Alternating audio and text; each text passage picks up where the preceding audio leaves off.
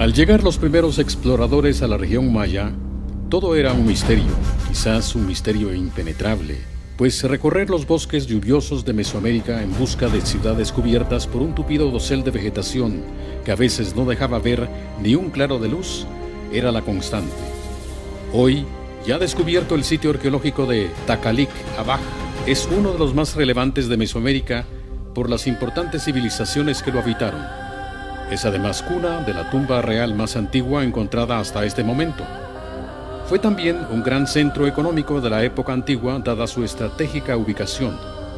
Se encuentra localizado dentro del municipio de La Cintal, en la localidad de Retalhuleu, teniendo 6.5 kilómetros cuadrados de extensión, limitando al oeste con el río Nimá y al este con el río Ixchayá.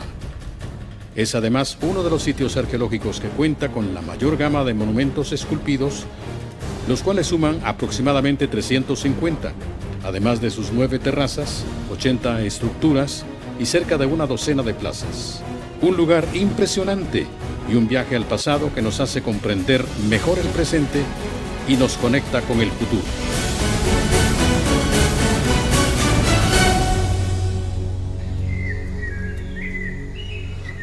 Hola amigos televidentes, soy Vida Amor de Paz, para llevarles los secretos mejor guardados desde Takalik-Abaj. Y como toda buena aventura, nos vamos a remontar a todos estos lugares paradisíacos, pero en especial a los glifos y las estelas que nos hablan del séptimo Bactún que se celebró aquí hace miles de años.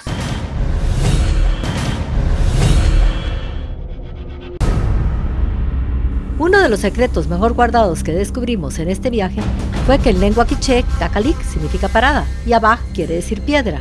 Una de las características de las civilizaciones más sobresalientes es su escritura, y en la región maya podemos ver la escritura desarrollada desde el Bactún V y se utilizó por 1000 años. Takalik-Abaj podría decirse que es una de las ciudades que figuraron desde el quinto Bactún a.C. hasta el 10º Bactún.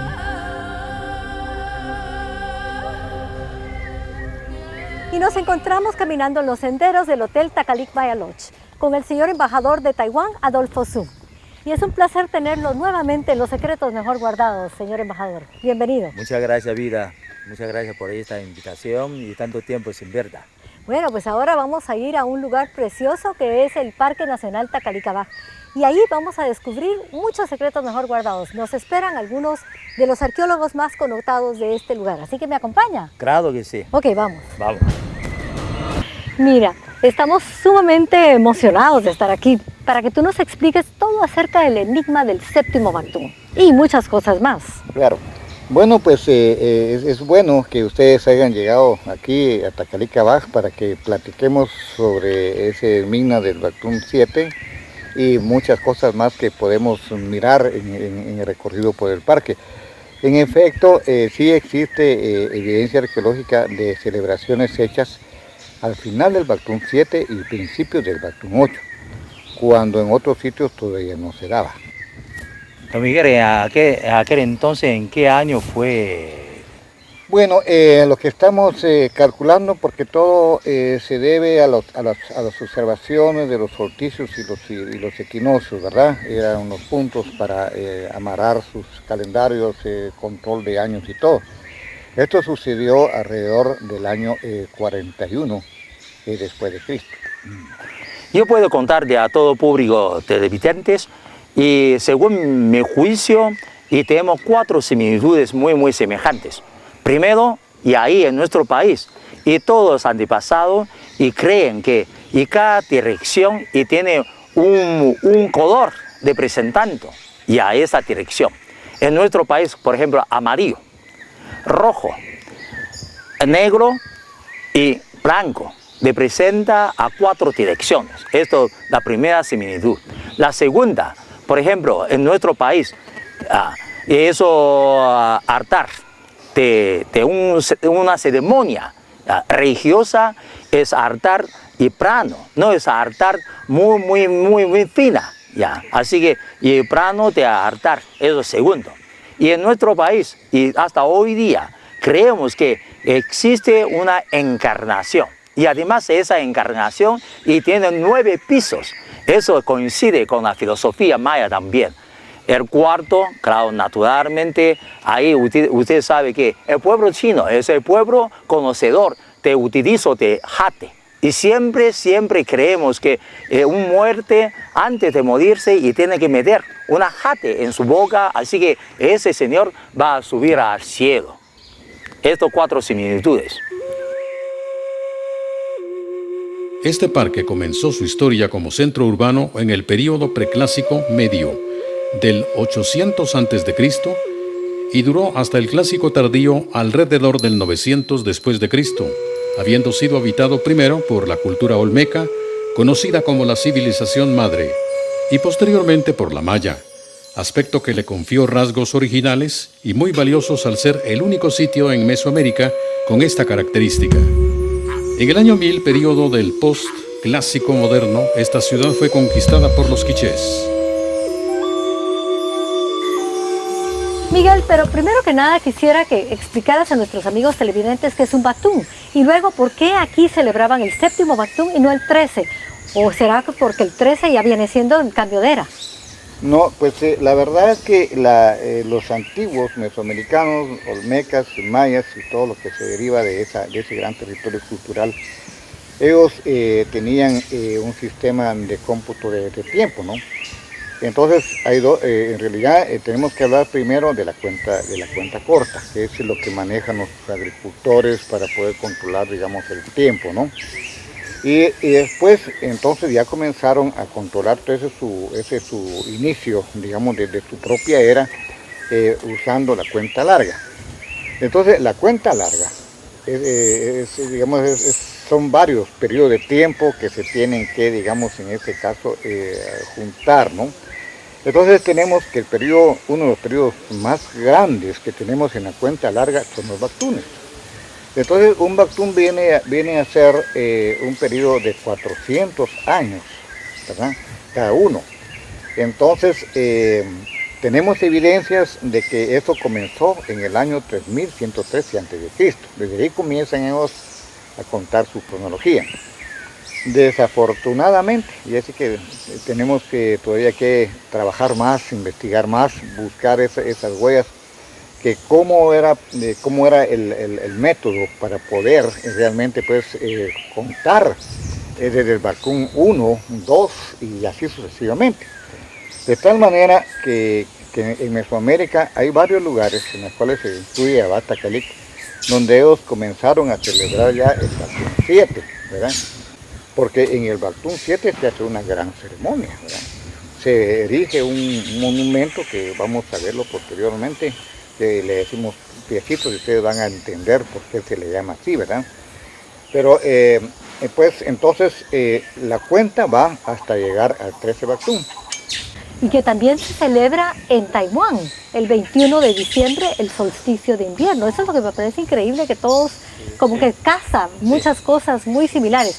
Bueno, pues entonces vamos a ir a conocer ese símbolo tan emblemático del 7º Baktún y ver cómo se hacían las ofrendas allá.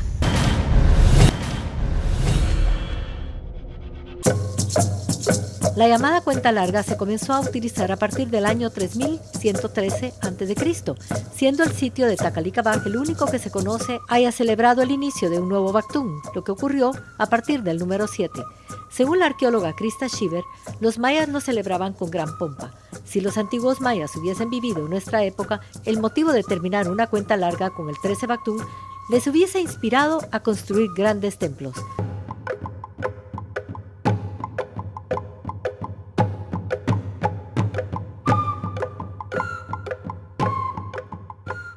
Muy interesante. Miguel, eso quiere decir que si uno multiplica 400, que es lo que mide un Baktún, por 13, nos da 5.127 años, ¿correcto? Así es. Entonces, y estos son los piecitos, los famosos piecitos que son tan emblemáticos. A ver, explíquenos por qué son importantes.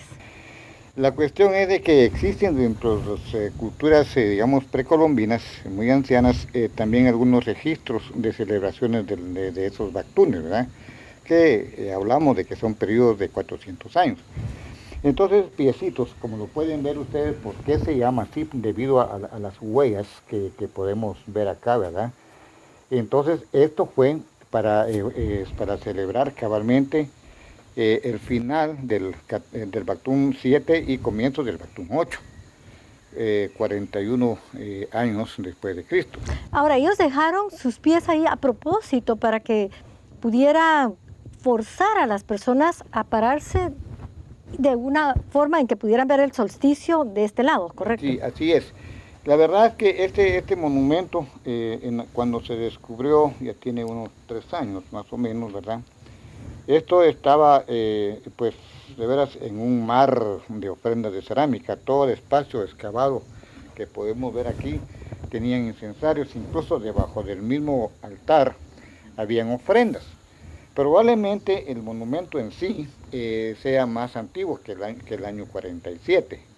Y entonces es traído acá para entonces, de alguna manera, ya dejar fijo ese punto que se ve al horizonte, a donde están las grandes montañas, los puntos de referencia, para observar la salida del sol y que puede repetirse incluso cada 21 de diciembre de los años, ¿no? Cuando aquí registraron el 7 Bactum, que era en el año 41 después de Cristo, ¿qué estaba sucediendo en China en esa época? En aquel entonces China perteneció a la dinastía Han. Dinastía Han es una dinastía Han muy desarrollada. En aquel entonces la sociedad de China era muy tranquila, es una de las mejores dinastías que hemos tenido. Uno de los aspectos que más llama la atención de Takalik Abaj es la perfección de su ingeniería, y se entiende al conocer que su construcción no fue improvisada, que la ciudad se edificó de acuerdo a un plan bien establecido, igual como se construye en el presente. Esta línea de monumentos olmeca sirvió como punto de referencia astronómica para controlar su tiempo y apunta cabalmente hacia el cielo nocturno de la Osa Mayor. ¡Ay, qué interesante! Interesante. ¡Crista! ¡Hola! Ve qué sorpresa, qué lindo verte. El embajador de Taiwán, Crista Schiffer, ella es la arqueóloga e investigadora de este sitio. Pero qué bueno tenerte, qué lujo tenerte realmente. Muchas gracias, sí. O sea que aquí es como cuna de la civilización maya también. Muy buena la pregunta. Lo que tenemos aquí es un lugar muy especial donde se tiene la oportunidad de ver cómo nace la cultura maya en Takalik Abaj. Y eso solamente es posible porque hay una historia anterior. ¿Sí? Y esa historia anterior es precisamente durante el Preclásico Medio, cuando las personas de Takalik Abaj tenían ese intercambio por medio de la ruta comercial de larga distancia hasta la zona de México por el istmo de Tehuantepec y en dirección bajando hasta El Salvador. La bendición de que este lugar haya tenido una conexión fuerte durante el Preclásico Medio con la cultura olmeca, no siendo olmecas sino mayas, hace que podemos observar cómo es que sucede cuando cambian del sistema olmeca que era en aquel entonces vigente. En ese tiempo la cultura maya todavía no estaba desarrollada. Esto se está poniendo muy interesante. Después de corte comercial aprenderemos por qué es que Takalik Abaj y Kamilargoyú eran socios y qué pasó con los quichés.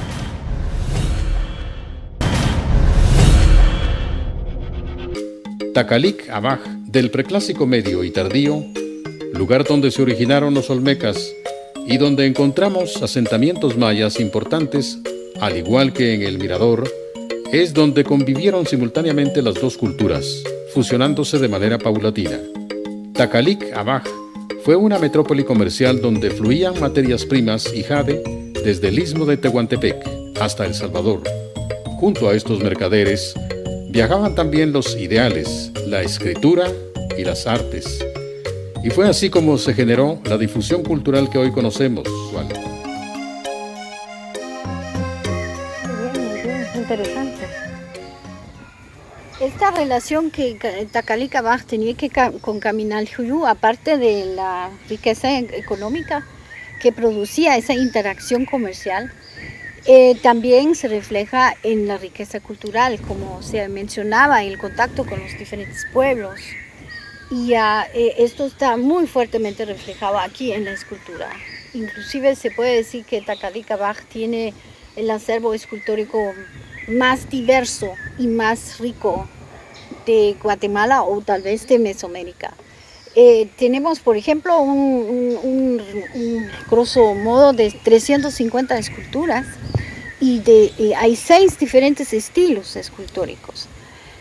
Entonces, eso es una manifestación en piedad de la riqueza cultural que había en aquel tiempo y las diferentes expresiones.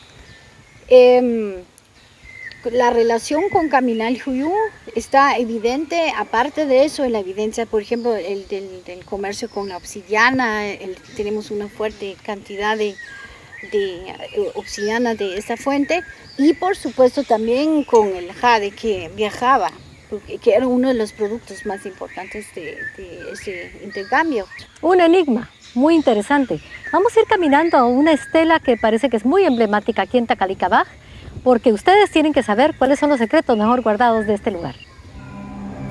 Esta es la estela 5. Para los mayas, esos eran como los libros de ellos. Y aquí escribían y documentaban todos los datos históricos del presente, del pasado y del futuro. Y esta estela es muy emblemática. ¿Por qué? Bueno, en realidad esta estela marca una época muy especial, ¿verdad? Aquí ya estamos hablando de la era maya de Tacalica-Baj, en la época de los piecitos, como se mencionó antes. Lo importante es saber de que aquí como que hay una transición, digamos, de mando. Hay 2 personajes, uno aquí y el otro acá, parados así de perfil, con los pies uno tras del otro. ¿Okay? Entonces, la estela esta tiene una bendición. Los mayas también ponían bendiciones y ponían ancestros en sus monumentos. Desafortunadamente, en la estela número 5 está destruido todo ese tema del ancestro que siempre van en la parte de arriba. Hay una estela, la número 2 en Abata-Calic, donde la podemos ver bien. Entonces, la otra cosa muy interesante es que aquí está un dato de cuenta larga.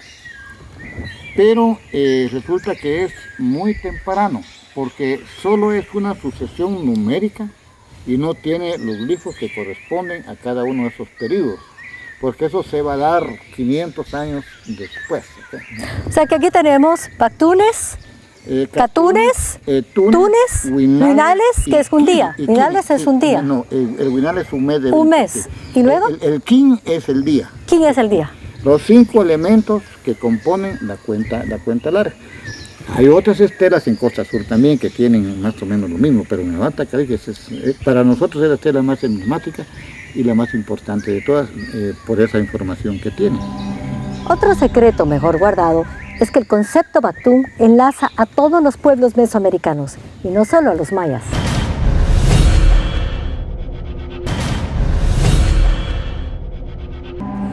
Crista, si tú quisieras proyectar a la teleaudiencia lo más importante de Tacalica-Baj, ¿cómo me lo resumirías?